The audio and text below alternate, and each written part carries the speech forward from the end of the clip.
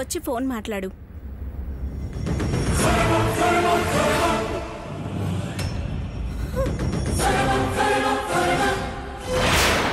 Hello స్వర్ణ, స్వర్ణ అమ్మమ్మ గారికి ఎలా ఉంది?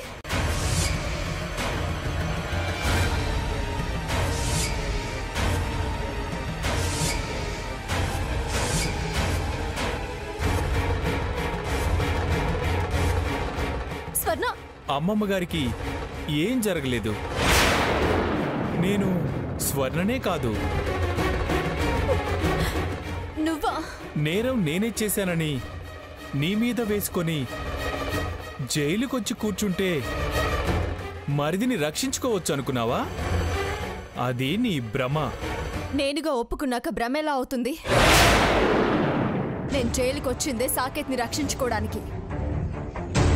నేనే హత్య చేశానని ఒప్పుకున్నాను. తనని నేను ఎలాగైనా రక్షించుకుంటాను. నెవర్. నువ్వు చెప్పేది అబద్ధమని సాక్ష్యాధారాలు నేను జడ్జి ముందుకు తెస్తా. నువ్వు ఎవరి ముందుకి ఏం తీసుకొచ్చినా చివరిగా గెలిచేది నేనే. సాక్ష్యాలు మారవు, వాటి విలువ వాటిదే. నీ గెలుపు తాత్కాలికం. మరో 48 గంటల్లో నువ్వు బయటికొచ్చేలా చేస్తా. అసలు ముద్దాయిని జైలుకి పంపిస్తా, ఉరికంబం ఎక్కిస్తా.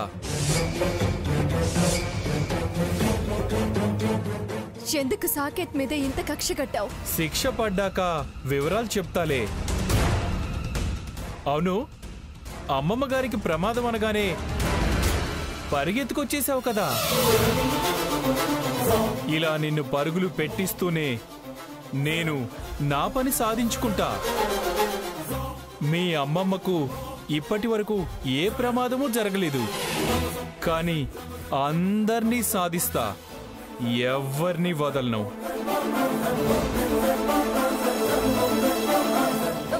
హలో హలో,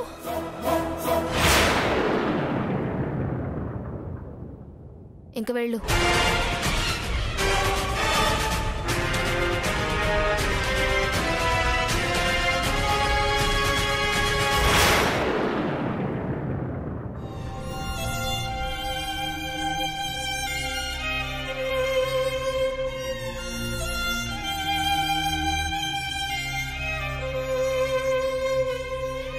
అమ్మా, సీతమ్మ లాంటి మంచి మనిషి మేలు నేను కోరుకునేవాడినేనమ్మా.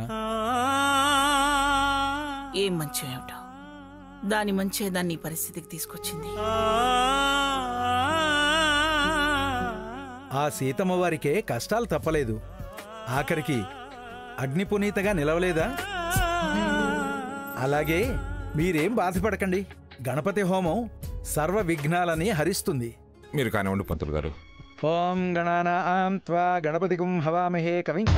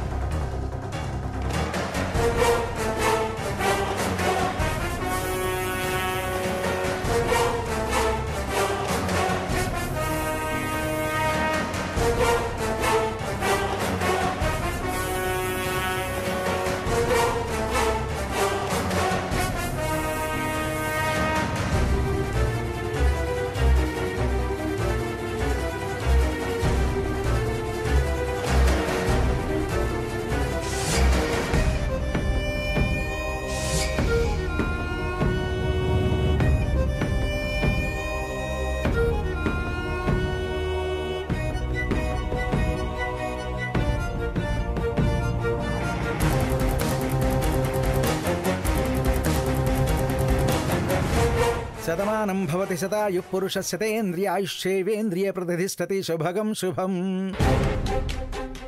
జడ్జి గారు, ఈ గణపతి హోమం వల్ల మీకు అన్ని విధాలా శుభం కలుగుతుంది, మేలు జరుగుతుంది. సీతగారు బయటకు వస్తారు.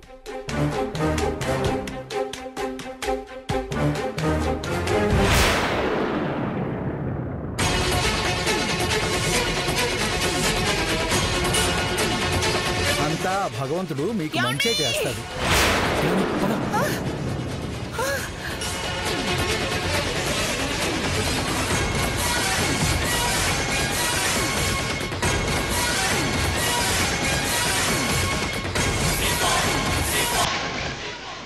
మంగా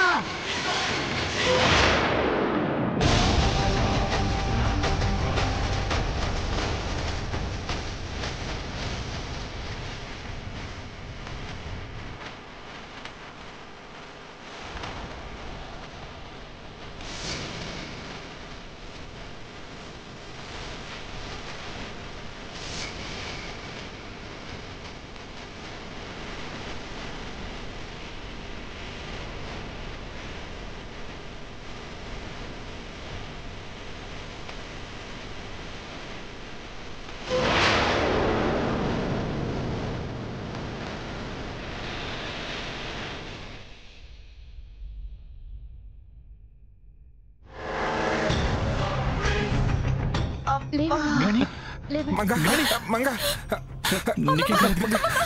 నీకేం కలదు కదా మంగా. చాలా థ్యాంక్స్. దేవతలా వచ్చి నన్ను కాపాడావు. చాలా థ్యాంక్స్. గ్రానీని కాపాడావు. ఇంతకీ ఎవరమ్మా నువ్వు? బతికి చెడిందాన్ని.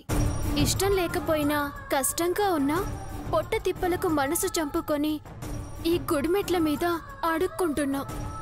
పోగైన దాంతో ఇంత విషం కొనుక్కొని తాగి చావాలనుకుంటున్నా. అయ్యో, అదేంటమ్మాయి ఆ మాటలు? ప్రాణాలు కాపాడేంత గొప్ప మనసున్న దానివి నువ్వు పెద్ద దానివేమిటి? ఏమండి, ఈ అమ్మాయి కోరినంత సాయం. అలాగే మంగా. ఎంత కావాలో చెప్పు, ఇస్తాం. తప్పక యాచిస్తున్నానే కాని ఉచితంగా ఇస్తే తీసుకోవాలనే ఆశ లేదు. మనిషిగా సాటి మనిషిని కాపాడడం ధర్మం. సాయం కోరి చేయలేదు. మా తృప్తి కోసం ఇస్తా ఉంటున్నాం కదా, తీసుకో. నేను తృప్తిగా బతకడానికి మీ పాదాల దగ్గర అంత చోటివ్వండి చాలు. అంటే పని మనిషిగా ఉంటానమ్మా, కాదనకండి అమ్మగారు. నీ అభిమానం నచ్చింది. సరే, నువ్వు కోరిందే చేస్తాను. నీ పేరేంటన్నావు? ఊర్మిళ. ఓ, బాగుంది. సరే, పద వెళదాం. నెమ్మదిగమ్మా.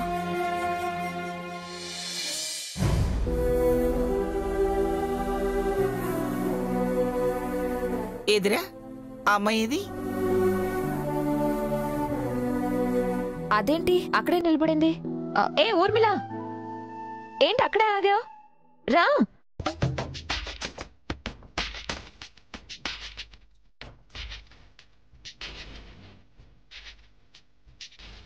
ఏమిటమ్మాయి నోరెళ్ళ పెట్టుకుని అక్కడే నిలబడ్డావు? ఏటంటారేంటమ్మా, ఇంత పెద్ద మేడ నేనెప్పుడూ చూడలేదు. విజయనగరం కోటంతున్నది. ఇది కోటే అంటే మీరు మహారాణా పెద్దమ్మ గారు? ఈ కోట మాది కాదు, ఇది లీజ్కి తీసుకొని నడుపుతున్న కోట. ఇందులోనే మా ఇల్లు కూడా ఉంది. ఓ, కోటే మీరు నడిపిస్తున్నారు అంటే మీరు మహా గొప్పోళ్ళండి. మా గ్రానీ కూడా మహారాణి. అట్టాగా? అట్టాగే, పద.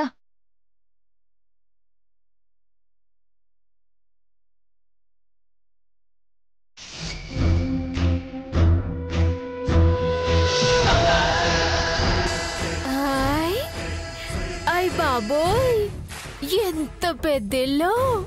ఏయ్, ప్రతిదానికల్లా నోరు తెరకు, దిష్టి తగులుతుంది. అట్టాగే అమ్మగారు. ఏంటిది అన్నిటికీ అట్టాగే అట్టాగే అంటావు? అదేమన్నా నీ ఊతు పదవా? ఆయ్, అవునండి.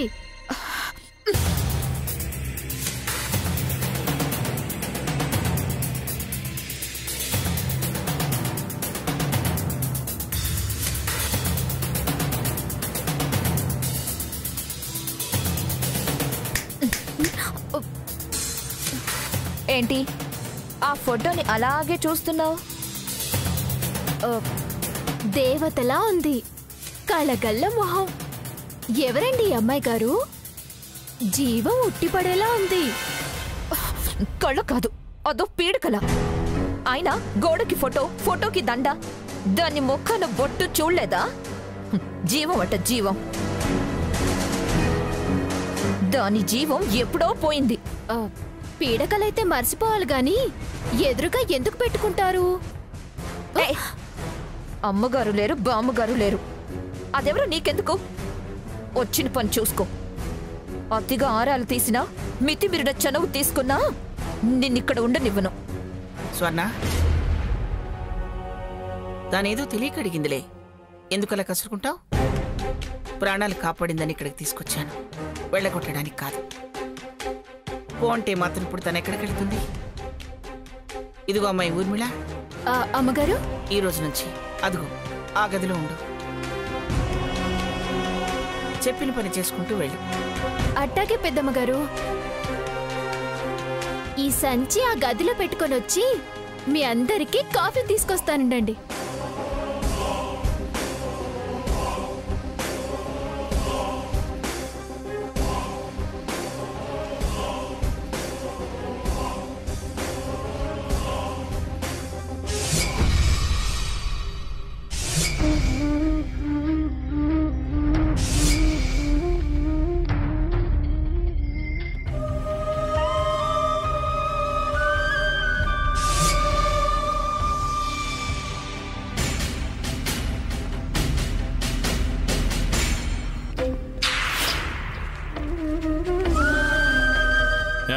నీకు చెప్తే అర్థం కదా?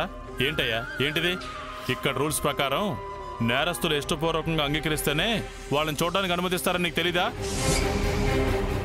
ఎంతసేపు అని మొండు పట్టుపట్టి ఇక్కడే ఉంటావు? ఏయ్, ఇక్కడి నుంచి వెళ్తావా లేకపోతే నీ మీద యాక్షన్ తీసుకోమంటావా?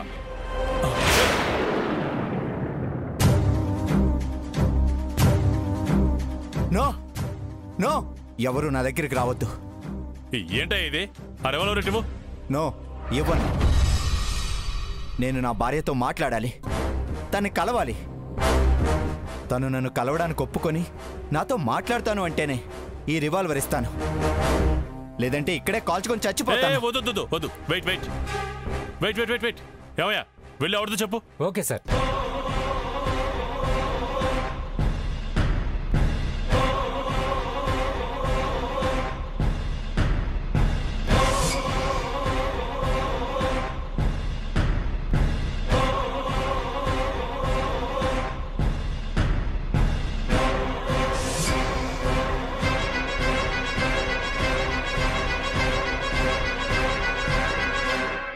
మీ భార్య ఒప్పుకుందయ్యా, రా.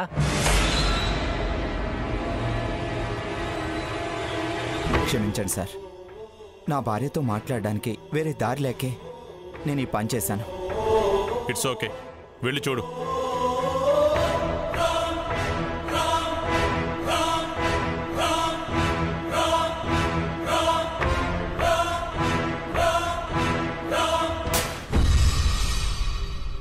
సీత, ఏంటి రఘు ఇది? నువ్వు చేసిందేంటి? నువ్వు నేరం ఎందుకు నెత్తినేసుకున్నావు? అందుకే నేను మృత్యువుకి దగ్గర అవ్వాలనుకున్నాను.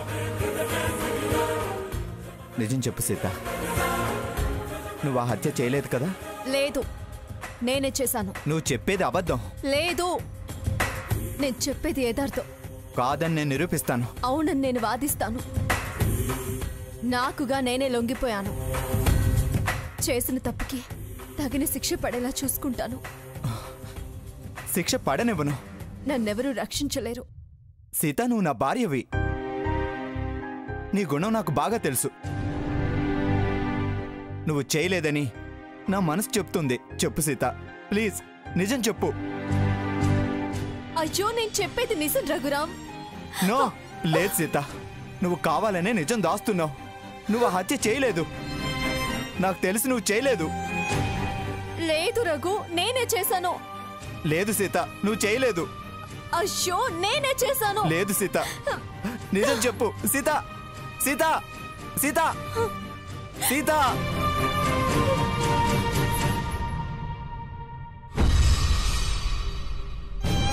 బాబు ఇక మీరు వెళ్ళండి.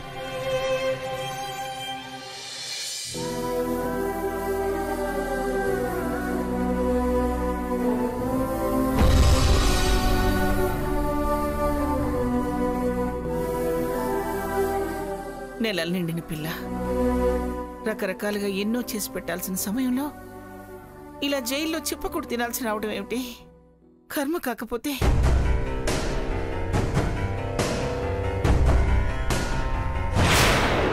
అసలు మనం ఈ కోటకి రావడం ఏమిటి? అదెవరితో మీర్జాపూర్ మహారాణి అంటూ మనకు పరిచయం అవడం ఏమిటి? అది చావడం ఏమిటి? ఇది చంపడం ఏమిటి? చీ చీ చీ చీ, అంతా విచిత్రంగా ఉంది.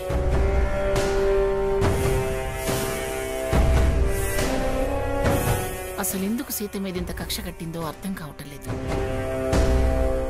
అందరి బాధ తనదే అనుకుని అంతా నెత్తినేసుకుని కుటుంబ పరువు ప్రతిష్టల కోసం ప్రతిక్షణం పాకులాడే తను ఇలాంటి పాపిష్టి పని చేస్తుందంటే నేనసలు నమ్మలేకపోతున్నాను. ఎవరినో రక్షించడానికి నేరం తన మీద వేసుకుని ఉంటుంది. తప్పంతా నాదే అమ్మమ్మ. ఏమిటే తప్పంతా నాదే అంటున్నావు? ఏం జరిగింది? హత్య గురించి కాదమ్మమ్మ. హంస ఇక్కడ చేరి అంత నాటకం ఆడడానికి నేను తిన్నగా ఉండుంటే దానికి అసలు ఆ బుద్ధి పుట్టేది కాదుగా, బావ మీద ఆశలు పెంచుకునేది కాదుగా అంటున్నాను. ఇప్పుడు ఆ ఫ్లాష్ బ్యాక్లన్నీ అవసరం స్వర్ణ? ఆ రాక్షసి మూలంగానే కదా ఇదంతా అంటున్నాను. ఏదేమైనా ఇప్పుడు అనుకుని ఏం ప్రయోజనం? నా కుటుంబం ఈ స్థితిలో ఉండడం, నా మనవరాలికి పరిస్థితి రావడం అంతా నా కర్మ. పిఠాపురం మంగమ్మని పిఠాపురం మంగమ్మని అంటూ గొప్పగా మగాడు మీసం మేలేసినట్టు చాలా గర్వంగా చెప్పుకునేదాన్ని. దర్పం దర్జా వెలగబెట్టేదాన్ని. అంచెలంచెలుగా నా ఆత్మస్థైర్యం, ఆత్మాభిమానం, రోషం, పౌరుషం అన్నీ దిగజారుతూ వచ్చాయి.